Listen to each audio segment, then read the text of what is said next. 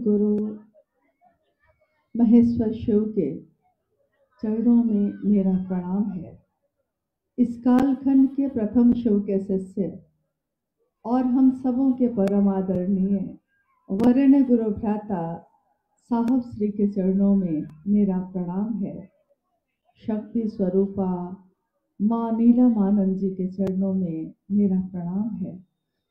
और बाराचट्टी गया जिले के विभिन्न स्थानों से आए आप सभी गुरु भाई गुरु बहन जो यहाँ उपस्थित हैं, उन सभी के चरणों में मेरा प्रणाम है।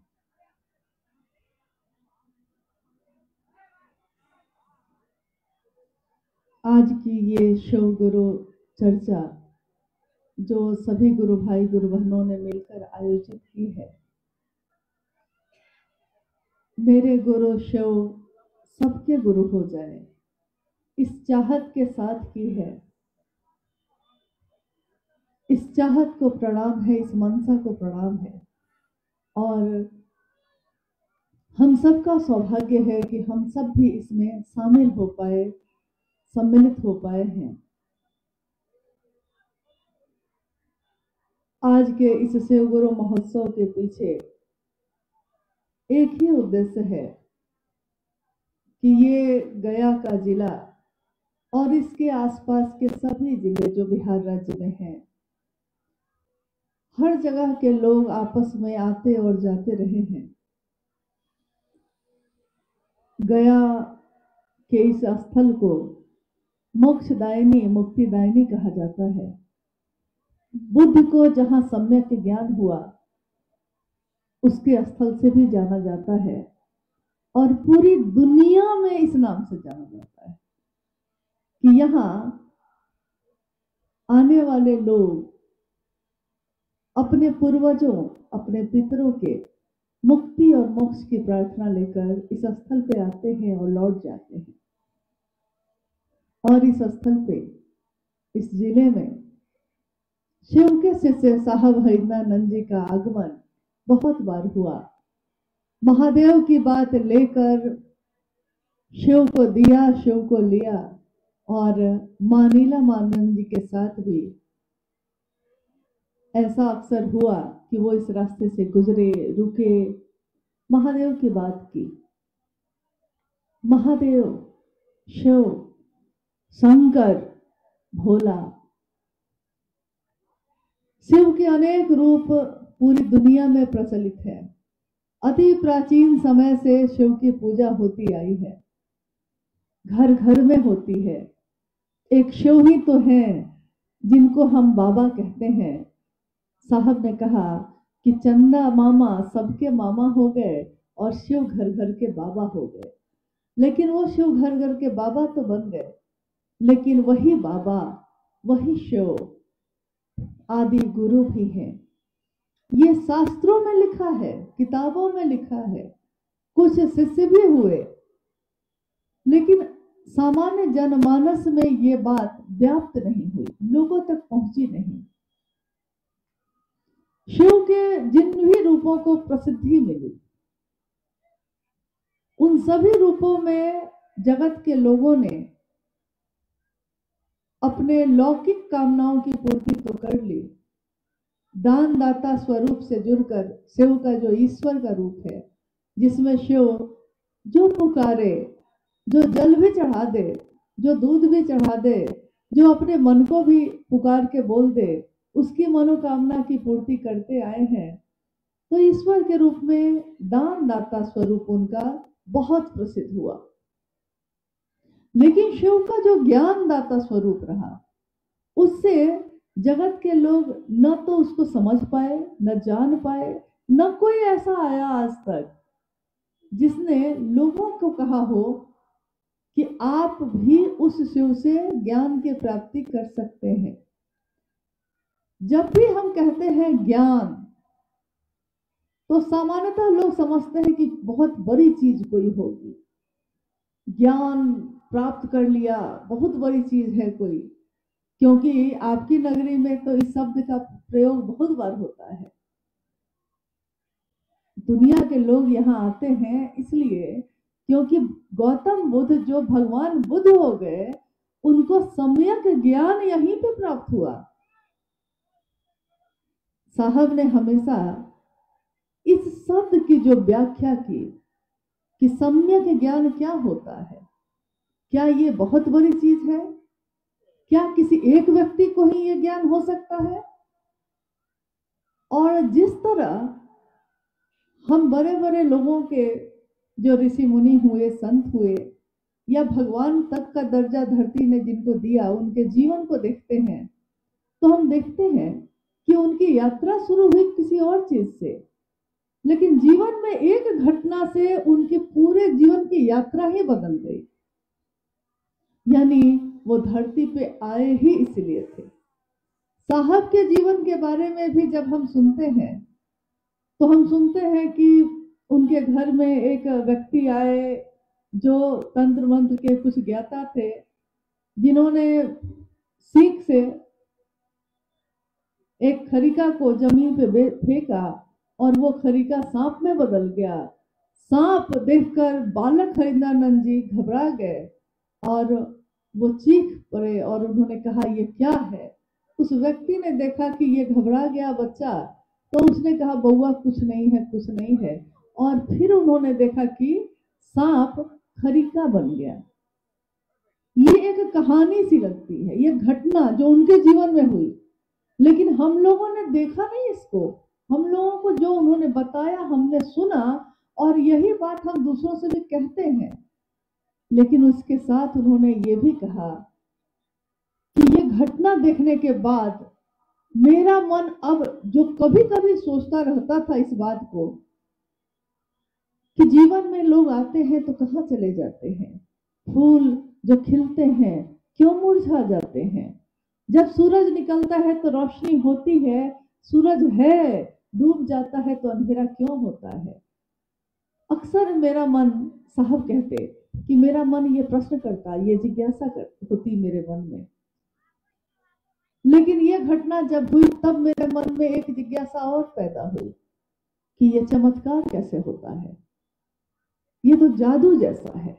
ये कैसे हो सकता है कि एक लकड़ी का छोटा सा पतला सा टुकड़ा एक विस्तार भुजंग में एक सांप में बदल जाए और फिर से वो सांप फिर खरीका का टुकड़ा हो जाए। कितनी घटना, कितनी बातें अविश्वसनीय प्रतीत होती हैं। लगता है कि कैसे हुआ होगा ये, लेकिन इस एक घटना ने उनके जीवन को पूरी तरह मोड़ दिया उस रास्ते की तरफ जिसकी मंजिल शिव है, उस समय भी थे और हमेशा रहेंगे। लेकिन रास्ता मुड़ गया उधर। चले थे चमत्कार ही सीखने, चमत्कार सीखने की कोशिश में शिव तक पहुंच गए। जैसे कोई रास्ता भटक गया हो और ढूंढते ढूंढते ढूंढते बोध गया कि चौराहे पे पहुंच ही गया। रास्ता भूल गया था, कभी किसी ने मदद की, कभी किसी ने रास्ता दिखाया, कभी किसी ने पैर भी खींचा, लेकिन आखिर पहुंचने वाला, चलने वाला मंजिल तक पहुंच ही जाता है। साहब हरिंद्रानंद जी ने अपने जीवन में जो बात शुरू की, उसकी परिणति, उसका परिणाम यही हुआ कि अंततः शिव उनके गुरु हुए। जैसे इस बुद्ध की नगरी में हम गौतम बुद्ध के बारे में सुनते हैं कि उनके पिता ने, जब उनका जन्म हुआ था, उनके पिता ने ज्योतिष बुलवाया। ज्योतिष ने कह दिया उसी दिन, या तो ये बहुत बड़ा राजा बनेगा या अध्यात्म के फलक पे जाएगा, उस रास्ते पे जाएगा और उसमें भी बहुत ऊपर चला जाएगा। उनके राजा पिता जो थे वो डर गए और उन्होंने, हम सुनते हैं कि महल पे महल बनाए, सारी सुख सारी सुविधा उसमें डाली। एक दिन गौतम बुद्ध ने देखा कि ये किसकी अर्थी जा रही है, कौन है जिसको लेकर लोग जा रहे हैं। तो उन्होंने पूछा, पता चला इस आदमी की मौत हो गई। एक बार देखा कि एक आदमी एकदम बूढ़ा हो गया। पता चला कि जीवन में कोई जब जन्म लेता है, युवा होता है, एक दिन वृद्ध हो जाता है और फिर उसकी मौत हो जाती है। घटना है ये, लेकिन उस एक घटना ने उनको इतना अव्यसित किया, इतना अव्यसित किया कि वो अपने महल, अपने राजपाट सबको छोड़कर जंगलों पहाड़ों के रास्ते पे चल पड़े। यानी जिसके मन में ईश्वर की ललक पैदा हो जाती है, फिर जगत इतना हल्का होता है कि न तो यहाँ का सोना चांदी, न महल, न राजपाट, कुछ भी रोक नहीं पाता उसको। इस कालखंड में शिव के शिष्य साहब हरिंद्रानंद जी, जो प्रथम शिव शिष्य इस कालखंड के हैं, उनके जीवन में भी एक घटना हुई, यही जो अभी मैंने कहा। लेकिन इस एक घटना ने उनके मन को ऐसा मोड़ा कि वो उस रास्ते पे आगे बढ़ते गए, गुरु पे गुरु मिलते गए, लेकिन प्यास नहीं मिट रही है, तृप्ति नहीं है, संतुष्टि नहीं है। और एक दिन ऐसा भी हुआ, वो बालक हरिंद्रानंद जी आज युवा हरिंद्रानंद जी हो गए, लेकिन एक युवा हरिंद्रानंद जी के हृदय में भी ये प्यास अभी तक मिटी नहीं थी। आरा के गांगी शमशान में उस आधी रात में साहब के मन ने हताश और निराश होकर सोचा था कि गुरु भगवान होते हैं तो भगवान गुरु क्यों नहीं है। जब सारे सहारे छूट जाते हैं, जब सब साथ देने वाले साथ छोड़ देते हैं, तब जाकर हमको पूरी तरह समर्पित होकर महादेव की याद आती है। महादेव की याद तो हमको ऐसे भी आती है, लेकिन जब सारे सहारे छूट जाते हैं तब सिर्फ महादेव याद आते हैं, इसके सिवा कोई नहीं याद आता। उस दिन साहब के जीवन में भी ऐसा ही हुआ। शिव को उन्होंने मन ही मन गुरु बनाया। मां नीलमानंद जी को कहा, चिट्ठी लिखी, मैंने शिव को गुरु बना लिया, नीलम तुम भी बना लो। और मां नीलमानंद जी ने बहुत प्रसन्न मन से, खुशी मन से शिव को अपना गुरु बना लिया। ये घटना है सन 1974 की। सोचिए कितने साल बीत गए, 50 साल बीत चुके, और 50 सालों के बाद आज शिव शिष्यता का उत्कर्ष क्या है। जिस दिन शिव की शिष्यता सिर्फ उनकी सोच में थी, सिर्फ उनके विचार में थी, सिर्फ उनके मन में यह विचार प्रवेश किया था, जिस दिन, उस दिन एक अकेले तन्हा व्यक्ति, वो शिव के शिष्य हरिंद्रानंद जी थे। उन्होंने इस बात को दीदी नीलमानंद जी को कहा। बस उनके जीवन के 8 वर्ष बीत गए। इसके बाद भी हर पल उनको लगता कि महादेव भी गुरु हैं कि नहीं। इस बात पे विश्वास नहीं होता, क्योंकि इतने धोखे खाए थे, इतना छले गए थे कि उनको लगता था कि हर जगह धोखे ही धोखे हैं।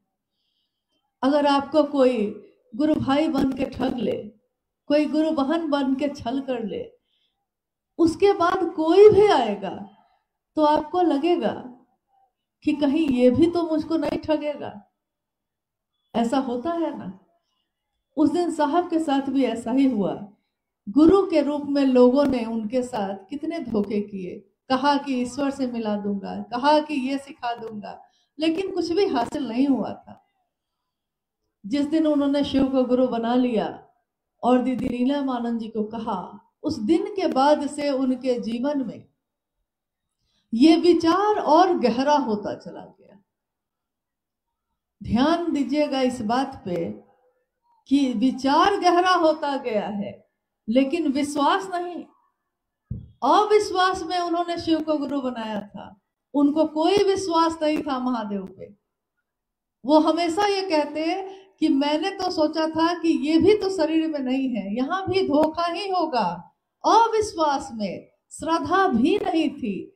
हम लोग को तो थोड़ी श्रद्धा भी है, लेकिन साहब ने कहा कि मुझको कोई श्रद्धा नहीं थी। मैं बोलता था, क्या नहीं बोलता था महादेव को। गुस्से में, दुख में, हताशा में हम किसको बोलते हैं?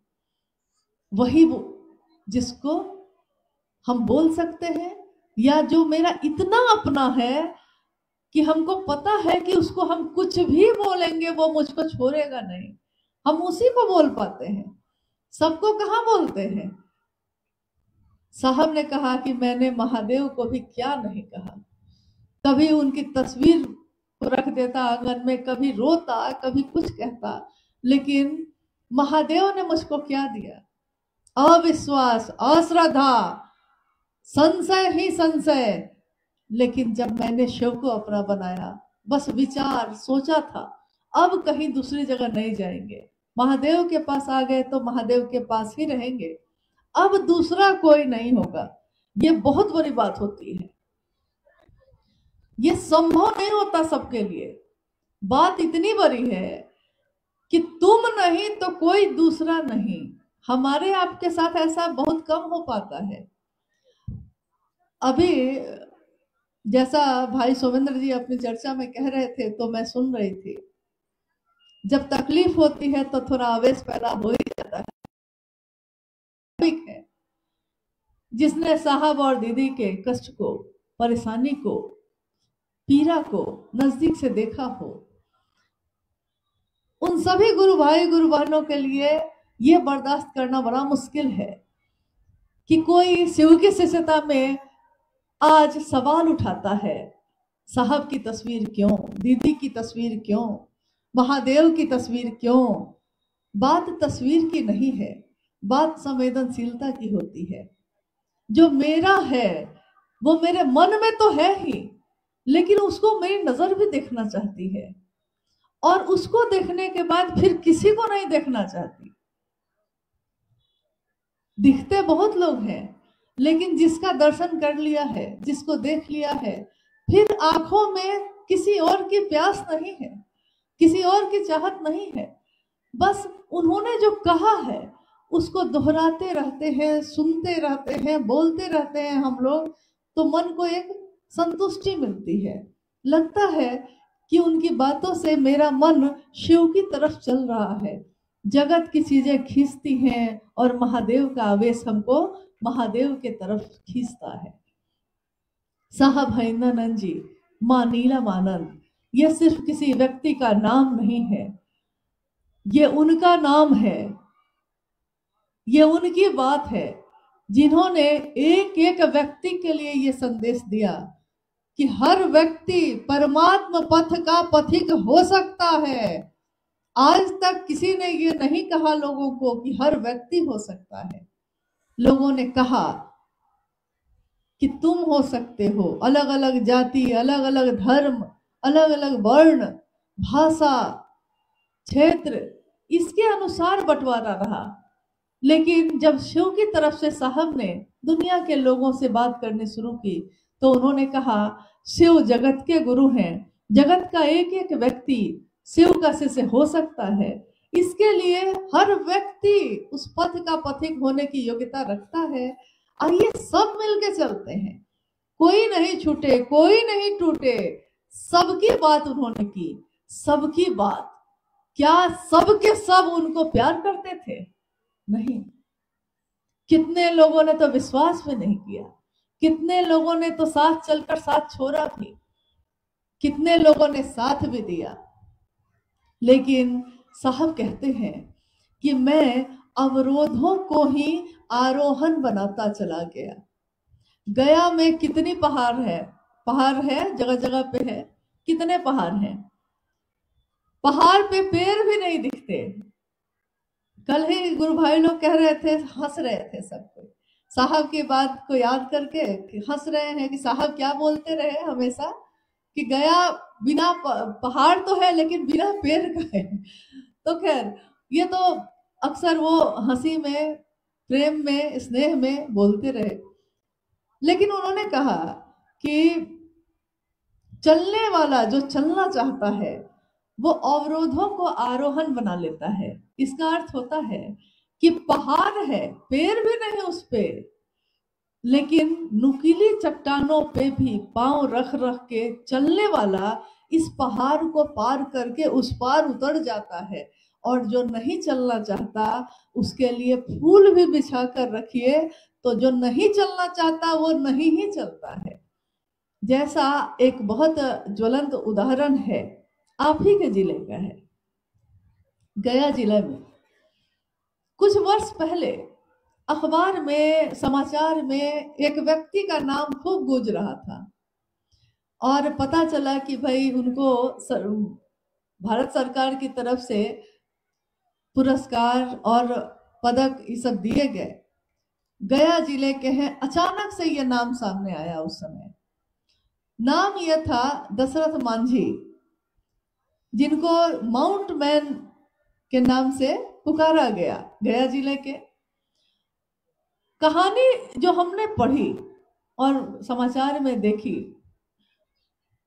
समाचार चल रहा था और साहब बैठे थे, समाचार जो आ रहा था तो हम लोग बताए उनको कि ऐसा ऐसा गया से एक समाचार आ रहा है कि इस तरह का एक व्यक्ति हुआ। उस व्यक्ति के बारे में बताया जा रहा था कि वो बड़ा गरीब रहा और पत्नी उनकी जो थी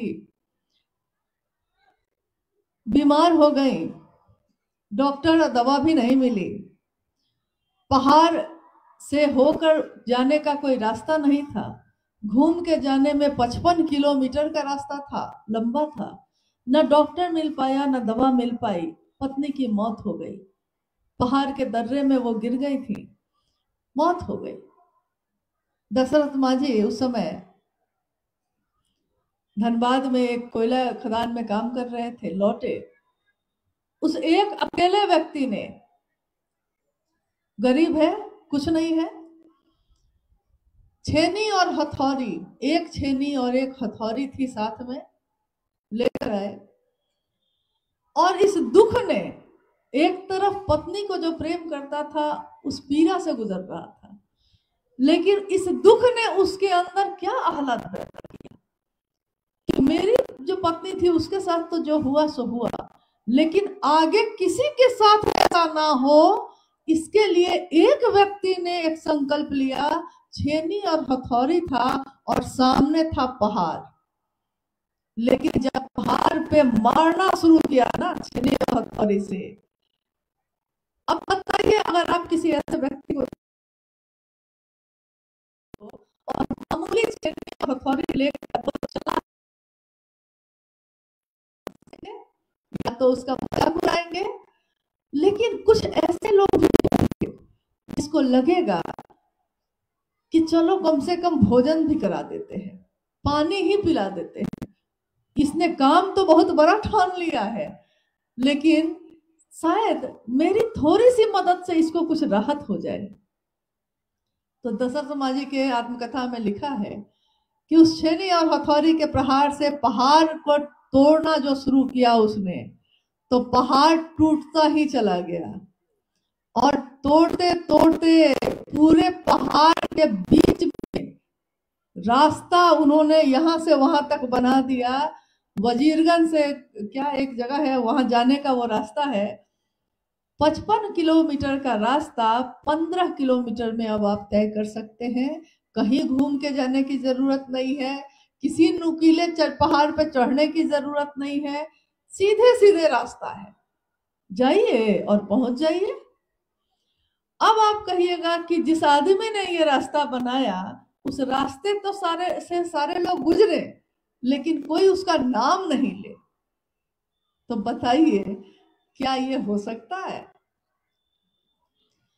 कहते हैं एक मानव में इतनी ताकत होती है कि हमारे कवियों ने लिखा है कि खम ठोक ठेलता है जब नर, एक इंसान एक मानव जब खम ठोक कर अपने पांव को ठोक के खड़ा होता है, खम ठोक ठेलता है जब नर, पर्वत के जाते पांव उखर, मानव जब जोड़ लगाता है पत्थर पानी बन जाता है।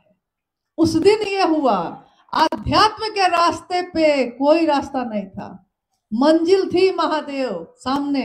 लोग कह रहे हैं कि मंजिल है महादेव, महादेव ही ईश्वर है, महादेव ही गुरु हैं, महादेव ही जगत के पिता हैं। जगत भी है, जगत के लोग भी हैं, ईश्वर भी हैं, लेकिन उस ईश्वर तक हर व्यक्ति कैसे पहुंच सकता है? हर व्यक्ति, कुछ लोग तो पहुंच रहे थे, हर व्यक्ति नहीं। तो ये रास्ता तो था ही नहीं, तो जहां रास्ता नहीं होगा वहां कांटे होंगे, झाड़ियां होंगी, नुकीले चट्टान होंगे। तो उस दिन जब साहब हरिंद्रानंद जी ने ये सोचा कि शिव मेरे गुरु हैं, इसके साथ साथ उन्होंने ये भी सोचा, जब गुरु का आदेश आया तो उनको लगा कि गुरु के आदेश में बल है। गुरु ने कहा है कि जो तुम करते हो दूसरों को करने के लिए कहना, और उनके सामने पहाड़ की तरह अवरोध खड़ा था। मान्यताओं का, परंपराओं का, संकीर्णताओं का, जाति धर्म वर्ण में बटे हुए लोग, एक दूसरे से चिढ़े हुए लोग, एक दूसरे के लिए नफरत से भरे हुए लोग, सुख में सुखी नहीं हो रहे हैं, दूसरे के दुख में हमको सुख मिलता है, ऐसे लोग, और जगत के ऐसे लोगों के बीच उनको पुनर्स्थापना करनी थी महादेव की।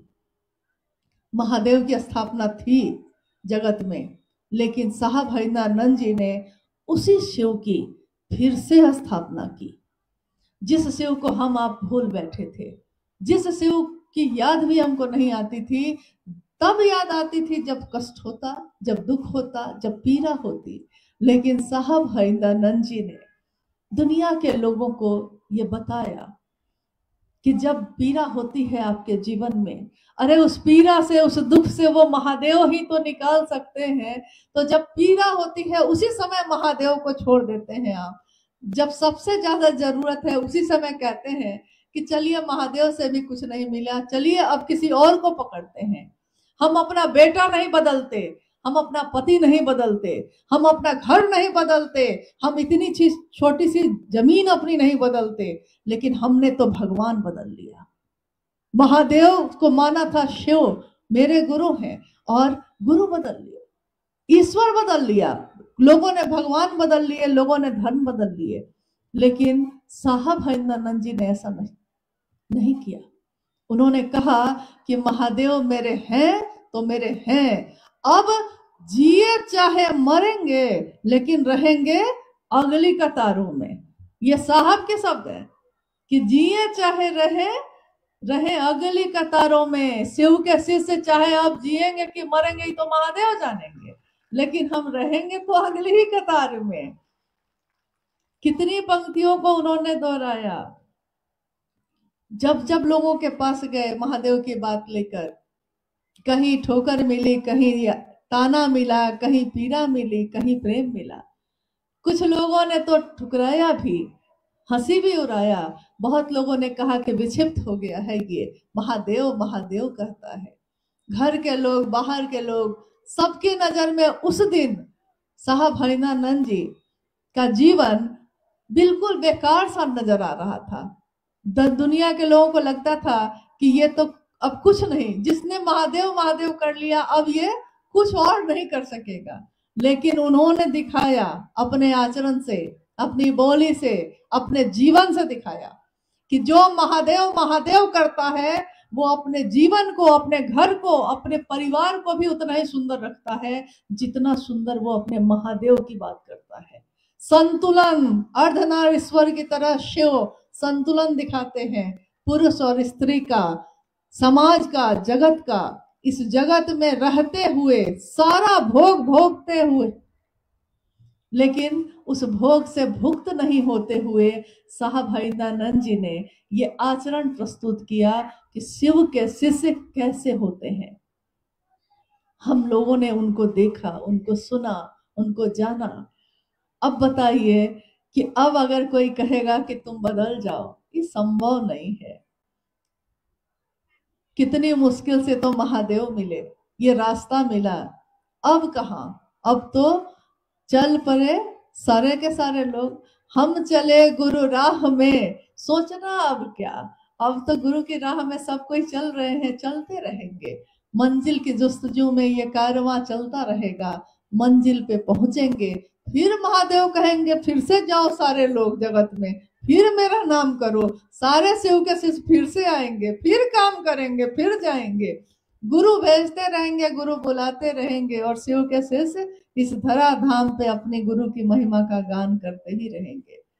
लेकिन थकेंगे नहीं, अब याचना भी नहीं करेंगे, अब पूछेंगे भी नहीं। एक दिन साहब ने कहा ये कि आप लोग तो पूछते हैं लोगों से कि भैया महादेव बड़े अच्छे गुरु हैं, आप भी गुरु बनाइएगा। सामने वाला कहता है कि हाँ बनाएंगे, तो आप पूछते हैं कि घोषणा कर दे, तो वो कहता है तो आप घोषणा करते हैं। पूछते हैं यानी रिक्वेस्ट करते हैं, अनुरोध करते हैं कि मान लीजिए ना, मान लीजिए ना। और अभी एक भजन आप सुन रहे थे, एक दिन ऐसा आएगा घर का बच्चा बच्चा शिव को अपना गुरु बनाएगा। इस भजन को उस दिन साहब ने सुना था, और बाद में एक चर्चा जब हो रही थी, हम लोग बैठे थे, तो उन्होंने कहा कि जिस दिन घर का बच्चा बच्चा शिव को अपना गुरु बना लेगा, उस दिन वो अनुरोध नहीं करेगा कि महादेव को गुरु बनाइए। वो सीधे पूछेगा क्या आपके गुरु शिव हैं? और अगर उसने कह दिया कि है तब तो ठीक है, और अगर कह दिया कि नहीं है तो वो कहेगा कि अभी बनाइए, अभी तक क्या कर रहे थे, तुरंत बनाइए। पूछेगा नहीं, सीधे घोषणा करेगा। उन्होंने इस शब्द को उस समय कहा कि अनुरोध अनुरोध बहुत हो गया भाई, याचना नहीं, याचना नहीं, अब रण होगा। जीवन में जय या फिर मरण होगा। मरना तो है ही, लेकिन महादेव की जय हो जाए, इसके लिए इस यात्रा में, इस जागरण में जो शिव मानसिक तल पे, जागतिक तल पे जगह हैं, इस यात्रा में हम सब चल सके, इसी की कामना है। आइए हम लोग कुछ जिज्ञासाओं पे बात कर लेते हैं। आप लोग थोड़ी दिक्कत में लगता है हैं, कोई खड़े हैं, कोई बैठे हैं। जगह तो छोटी हो ही जाती है। महादेव की व्यवस्था में कितनी भी व्यवस्था आप कर लीजिए, व्यवस्था कम पड़ जाती है। लेकिन इसी अव्यवस्था में महादेव की, साहब दीदी की व्यवस्था है। इसलिए थोड़ी देर का ये कार्यक्रम और है, इसको अच्छे ढंग से हम लोग कर लें। आइए जिज्ञासा पे बात कर लेते हैं थोड़ा।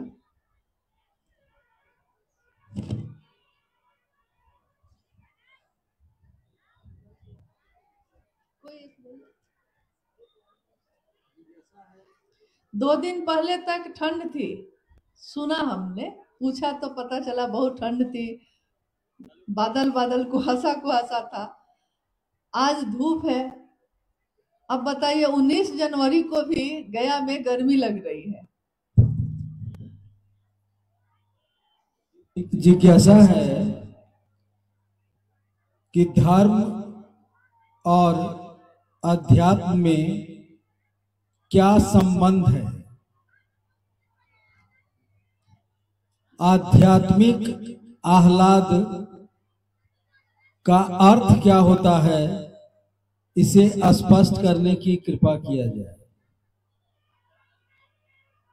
धर्म और आध्यात्म मूल रूप से तो दोनों एक ही हैं, लेकिन धर्म का जो स्वरूप आज के जगत में हो गया है, उसमें लोग अक्सर सोचते हैं कि ये हिंदू, मुस्लिम, सिख, ईसाई की बात हो रही है। धर्म मतलब ये हो गया। धर्म का अर्थ होता रहा है प्राचीन समय से कि जो हम धारित करते हैं, जो हम धारण करते हैं, जिस तरह से हम अपने जीवन को जीते हैं। तो मूल रूप से तो सारी दुनिया के लोग एक ही तरह से जीवन को जीते रहे हैं, और खासकर भारतवर्ष में।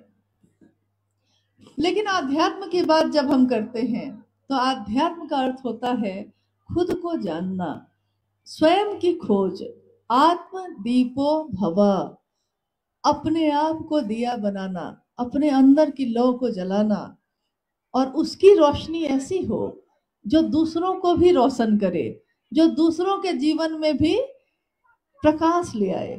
तो आध्यात्म की यात्रा जो है, अध्यात्म का जो रास्ता है, उसमें जैसे ही हम नाम लेते हैं आध्यात्मिक यात्रा, इसका अर्थ होता है कि किसी जाति की बात नहीं हो रही, किसी धर्म की बात नहीं हो रही है, जिसमें जाकर सारी जाति, सारे धर्म, सारे संप्रदाय, सारे वर्ण सब समाहित हो जाएं, सब एक हो जाएं। आध्यात्म का वही अर्थ होता है। इसीलिए ये एक आध्यात्मिक परिचर्चा है। शिव गुरु परिचर्चा आपने हमेशा देखा होगा, बैनर पे लिखा होता है एक विशुद्ध आध्यात्मिक परिचर्चा, यानी एक ऐसी चर्चा जिसमें शिव के गुरु स्वरूप की बात हो रही है, लेकिन इस बात में किसी विशेष चीज की बात नहीं हो रही, सबकी बात हो रही है, सर्वहित के लिए बात हो रही है। थोड़ी शांति से आप लोग, अगर आप आवाज को सुन रहे हैं, थोड़ा शांत हो जाइए थोड़ी देर के लिए। आप भी लौटिएगा, हम लोग भी लौटेंगे। यहाँ रहने कोई नहीं आया है। एक दिन की यात्रा का तो पता है अभी का, लेकिन जीवन का पता नहीं। आध्यात्म यानी जीवन की खोज, इस जीवन में कितने दिन के लिए आए हैं और कितने दिन के लिए रहेंगे, कब चले जाएंगे, कोई नहीं जानता। एक करके छोड़ देते हैं। जिज्ञासा बोलिए, एक जिज्ञासा बोलिए। अच्छा, आप लोगों से अनुरोध है कि गुरु भाई और गुरु बहन, भाई मेरे सामने जो हैं गुरु भाई गुरु बहन, शिवका से अपने आचरण से, अभी अभी मैंने कहा कि साहब ने अपने आचरण से दिखाया है, तो आपसे अनुरोध है कि आप भी थोड़ा अपने आचरण से दिखाइए कि मन शांत होता है तो शरीर भी शांत हो जाता है। तो थोड़ी देर के लिए कृपया आप लोग सामने जो खड़े हैं बैठ जाइए, जहां पे हैं वहीं पे बैठ जाइए, कृपया थोड़ी देर के लिए। बोलिए। शिव शिष्यों के लिए आप थोड़ा शांत रहें। शिव शिष्यों के लिए 3 सूत्र आवश्यक क्यों है? जिज्ञासा आपने सुनी है। शिव शिष्यों के लिए 3 सूत्र जरूरी क्यों है? इसको सुनने के लिए थोड़ा ध्यान से सुनना होगा आपको कि जब हम तक ये बात पहुंची, हम सभी तक ये बात जब पहुंची, साहब ने जब कहा कि शिव मेरे गुरु हैं, आपके भी हो सकते हैं, तो उन्होंने 3 सूत्रों का निरूपण किया। पहले सूत्र में, दूसरे सूत्र में और तीसरे सूत्र में जो बातें उन्होंने बताई, कहा कि जैसा मैं कहता हूं वैसा अगर करो, वैसा ही करना होगा, लेकिन जैसा मैं कह रहा हूं, तो परिणाम ये होगा कि जीव शिव जैसा नहीं, शिव ही होगा। परिणाम ये होगा, लेकिन जैसा मैं कहता हूं वैसा करिएगा तब। और उन्होंने एक बात कही कि जब मैंने शिव को गुरु बनाया था, यानी साहब ने जब शिव को गुरु बनाया, उस समय 3 सूत्र नहीं थे, कोई बताने वाला भी नहीं था। तो उन्होंने कहा कि जब मेरे पास तीनों सूत्र नहीं थे, तब भी मैं क्या करता था, उस समय मैं क्या कर रहा था? मैं महादेव से दया की याचना कर रहा था कि आप भी गुरु हैं कि नहीं, मुझको लखाइए। गुरु पैया लागू नाम लखाए दीजो रे। हे गुरु, आपके पांव पड़ता हूं, मैं कौन हूं, क्यों आया हूं, मुझको बता दीजिए, मुझको दिखा दीजिए। तो उन्होंने कहा कि उस समय भी मैं क्या करता था, दया ही तो मांगता था, दूसरों से शिव की बात करने लगा। सन 1982 में मधेपुरा में उन्होंने पहली बार लोगों से शिव की बात शुरू की। तो उन्होंने कहा कि मैंने लोगों से क्या बात की, शिव की बात की, ताकि लोग महादेव के तरफ चल सके। बात शिव की, लेकिन उसके लिए क्या क्या किया। रात हो जाती, देर हो जाती, 10 आदमी 20 आदमी जो मुश्किल से शिव शिष्य बने थे, वो बैठे होते, रात तक चर्चा होती रह जाती। तो फिर रात में जब चर्चा खत्म होती, उन सभी को अपनी जीप में बैठाता और घर घर पहुंचाता, क्योंकि सुरक्षा भी तो देखनी थी। देखिए, जब प्रेम होगा, जब चाहत होगी, तो परवाह भी होगी। हम लोग शिव चर्चा के बाद ऐसे निकलते हैं कि हमको कोई परवाह नहीं होती कि कौन कहाँ कैसे जाएगा, वो जाने, अपना उसकी यात्रा है। लेकिन साहब ने ऐसा नहीं किया। उन्होंने कहा कि मैंने ये भी परवाह की, शिव चर्चा की शिव के लिए, लेकिन लोग शिव की तरफ प्रेरित हो, इसके लिए उन्होंने अपने आचरण से किसी को चाय पिलाया, किसी को भोजन कराया। आपने सुना अभी राजमणि मां नीलामानंद, जिनके एक आंगन में 100 नौकर रहते थे, वो किसी को भोजन बना के परोस रही हैं, जूठी थाली को उठा के ले जा रही हैं, धो रही हैं। किस लिए? कोई अगर गुरु के लिए, कोई अगर महादेव के लिए समर्पित होता है, झुकता है, तो वो क्यों झुकता है? इसलिए कि वो महादेव से प्रेम करता है। लेकिन झुकता सबके आगे है कि वो भी महादेव से प्रेम कर सके, वो जाने कि महादेव कितने सुंदर, कितने अच्छे हैं, और उनके नजदीक हो जाए। जब प्रेम मिलेगा तो लोग नजदीक होते हैं। महादेव की बात के लिए साहब ने शिव की चर्चा की, और पहली बार जगत में शिव चर्चा का प्रचलन आया। पहली बार शिव चर्चा की बात हुई। आज तक, प्राचीन काल से लेकर आज तक शिव कथाओं का प्रचलन था, लेकिन शिव चर्चा इस शब्द को आपने किसी और जगह पे नहीं सुना होगा। 3 सूत्रों में महादेव से दया मांगना, दया मांगना, ये भी आपने नहीं सुना होगा। आपने हमेशा अपने पूर्वजों से, अपने बुजुर्गों से ये सुना होगा कि भगवान कृपा करथिन तब न मिलते, करो और पाओ। यानी तपस्या करो तो वरदान मिलेगा, पूजा करो तो मनोकामना पूरी होगी, मंत्रों का जप करो तो देवता सिद्ध होंगे। यानी करो और पाओ। पहली बार शिव शिष्यता में साहब ने शिव की चर्चा की बात की, साहब ने शिव से दया मांगने की बात की, और शिव का प्राण मंत्र जो हमेशा गुरु प्रदत्त होता है। आज तक के प्राचीन समय से लेकर आज तक गुरु ही मंत्र, यानी शरीरधारी गुरु या सदगुरु मंत्र देते रहे हैं, और ईश्वर प्राप्ति के लिए हम लोग चलते रहे हैं। लेकिन साहब हरिंद्रानंद जी ने कहा, शिव को पुकार के कोई अगर अपनी सांसों पे भी शिव का नाम नमः चढ़ाएगा और सिवाय उतारेगा, उसके परिणाम भी उतने ही होंगे जितना लाखों माला पे जप करने के होते हैं। सोचिए, माला की अनिवार्यता भी खत्म, यानी इसी शरीर में रहते हुए शरीर मुक्त हो जाना। ये तीनों सूत्र अगर नहीं थे तब भी साहब तीनों सूत्र ही करते थे, और जब उन्होंने इसको निरूपित किया, लिखा, तो लोगों के जीवन में भी ये तीनों सूत्र ही आए। लेकिन उन्होंने बार बार कहा, महादेव से दया मांगना शिष्य बन के। हम कहते हैं, हे शिव आप मेरे गुरु हैं, मैं आपका शिष्य हूँ। बहुत ऐसी पंक्ति है साहब के द्वारा कही हुई जो सुनने में एक जैसी लगती है, लेकिन जिसके अर्थ बहुत ही विपरीत हैं। एक ही वाक्य है, वाक्य पंक्ति एक ही है, जैसा पहले सूत्र में है। क्या है पहला सूत्र? क्या कहता है? हे शिव आप मेरे गुरु हैं, मैं आपका शिष्य हूं। लेकिन ये एक ही वाक्य है, लेकिन इसमें आधे वाक्य में अर्थ अलग है, आगे में अर्थ अलग। क्या अर्थ है? जब हम कहते हैं हे शिव आप मेरे गुरु हैं, साहब ने कहा कि इसको ऐसे समझिए कि जैसे आप जब कहते हैं कि तुम मेरी बहन हो, यानी तुम मेरी बहन हो, मतलब हम भारी हैं और तुम मेरे बाद हो, तो मेरे अनुसार तुमको चलना है।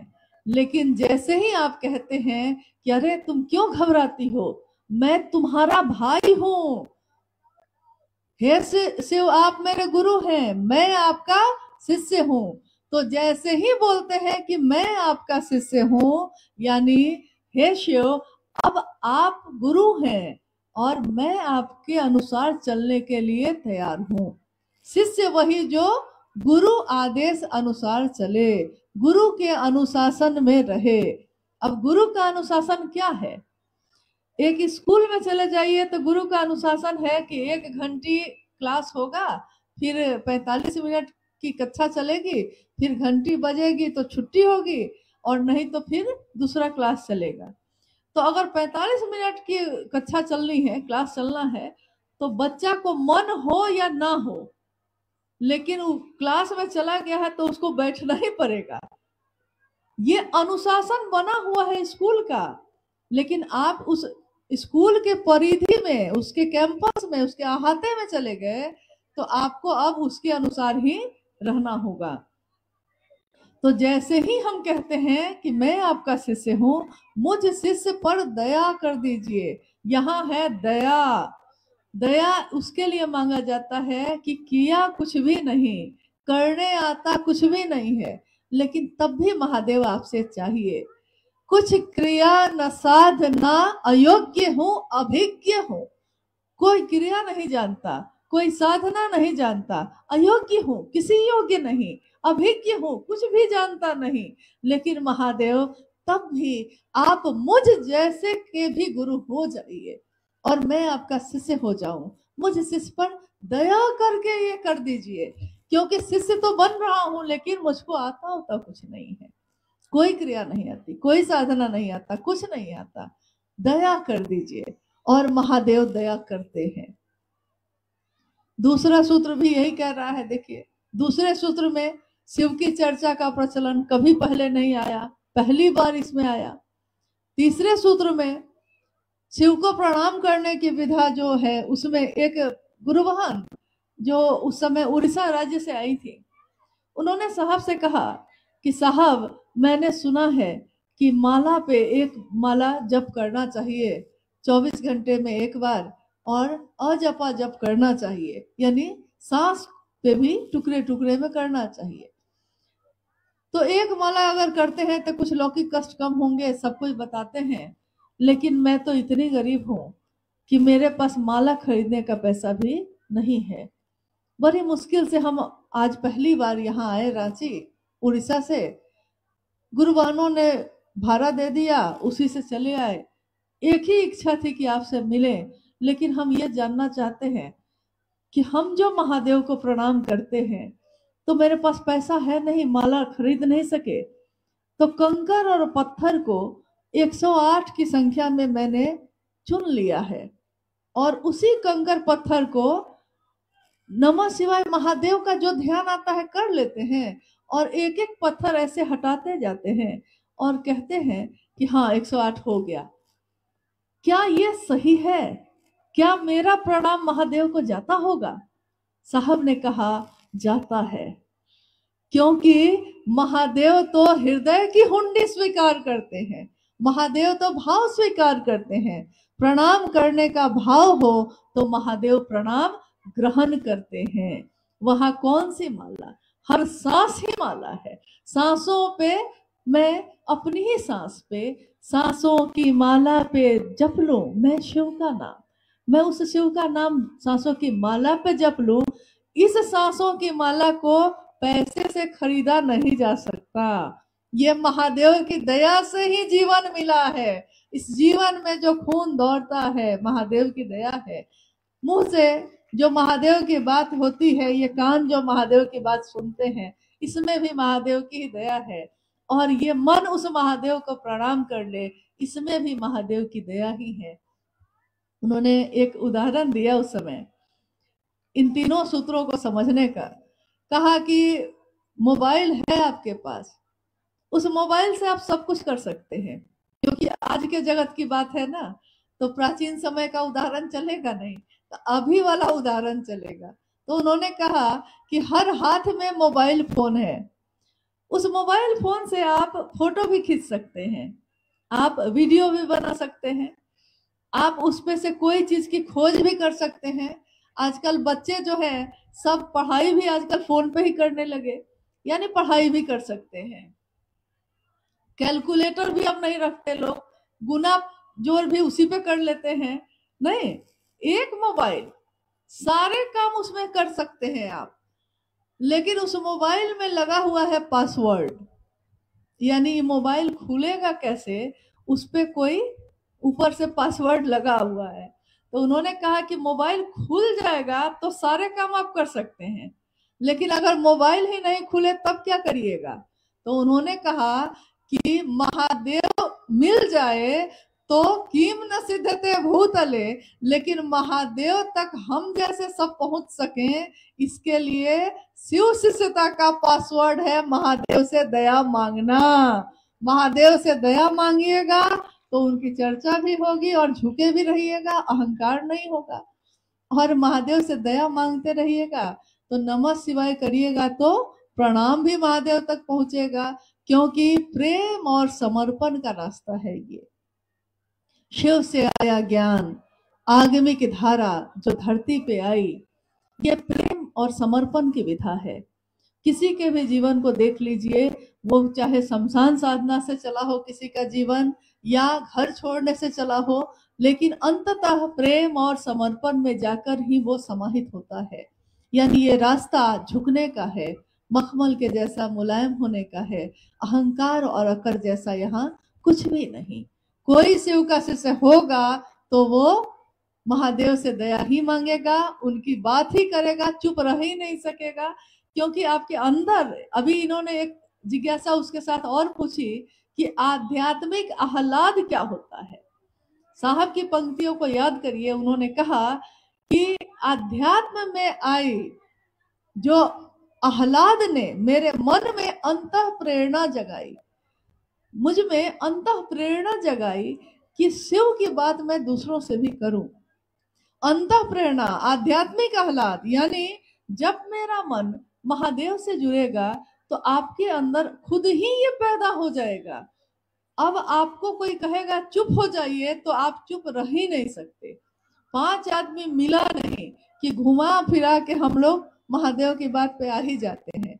चाहे स्टेशन पे बैठे हो, चाहे ट्रेन के अंदर बैठे हो, चाहे बस में बैठे हो, चाहे सब्जी खरीद रहे हो, चाहे घर में हो, चाहे फोन पे हो, चाहे कहीं हो, लेकिन कहते हैं कि जो जैसा होता है वो वैसी संगति खोज ही लेता है।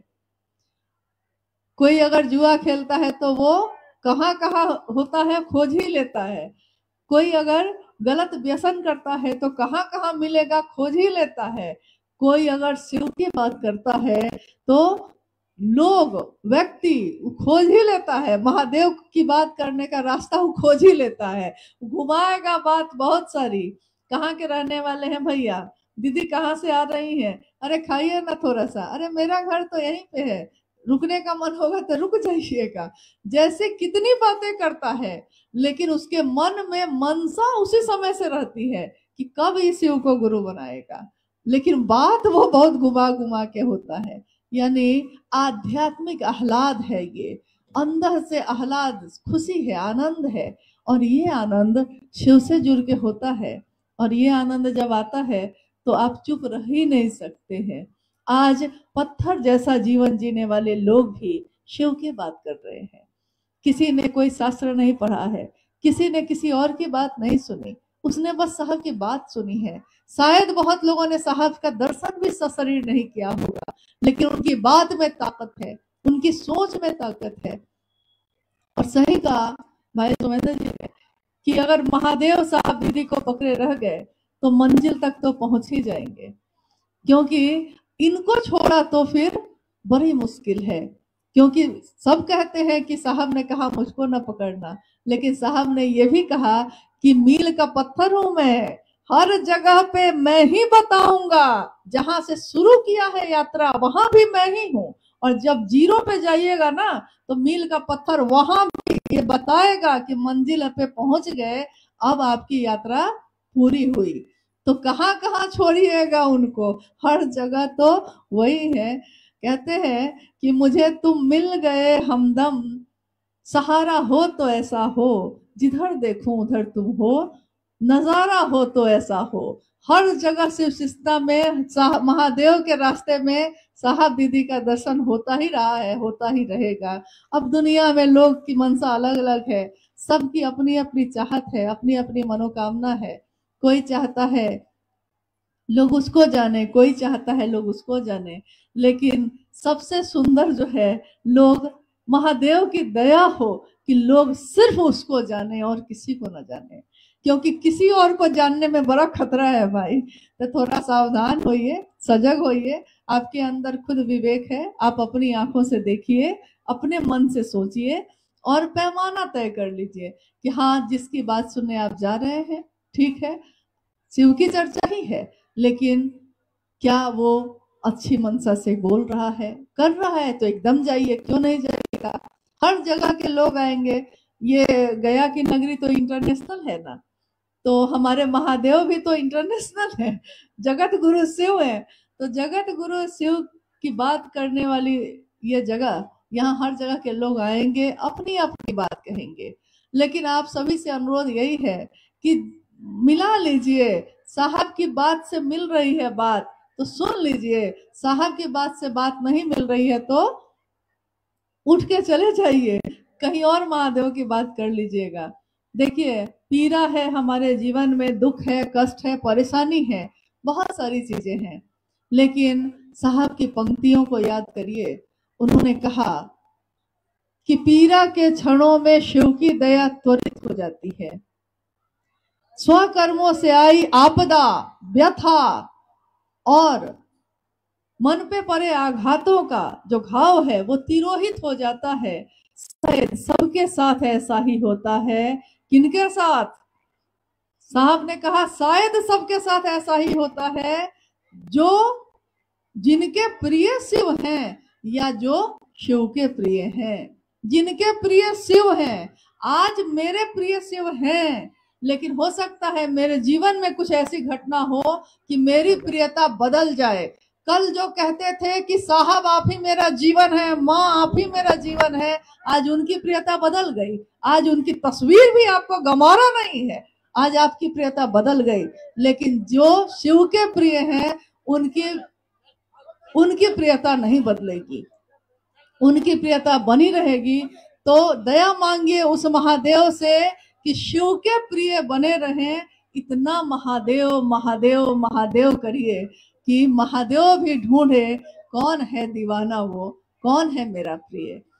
चलिए, आज के ये शिव गुरु परिचर्चा, ये शिव गुरु महोत्सव अपने गुरु महादेव के चरणों में, अपने साहब दीदी के चरणों में समर्पित करती हूँ और कामना करती हूँ कि साहब और दीदी के आशीर्वाद से, अपने गुरु शिव की दया से हम सबका जीवन शिवमय हो, सुखमय हो, शिव यथार्थ में हम सबके गुरु हों और हम दूसरों को भी प्रेरित कर पाए।